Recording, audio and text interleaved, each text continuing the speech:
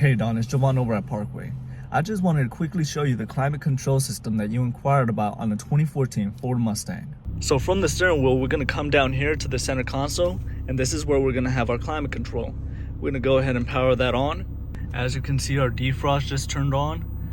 Now up here we have some vents, and these vents are going to help maximize the visibility in the windshield. Now down here, if we turn on the rear, this is the rear defrost, and the rear has a heating element across the entire glass, and this is going to help maximize your visibility in the rear as well.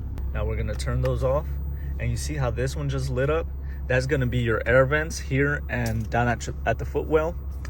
We're going to put, right now it's just the fan recirculating, so we're going to put AC to turn that compressor on, and then we're going to put a cabin recirculating so that we don't take in that nasty outside air. And then if we just put max AC, it'll just feed it through these vents and you'll get cold air. Of course, this is your fan speed, and this is your temperature. And that's how to change the climate on a 2014 Ford Mustang. If you have any other questions, please feel free to contact me or come see me at Parkway Family Mazda.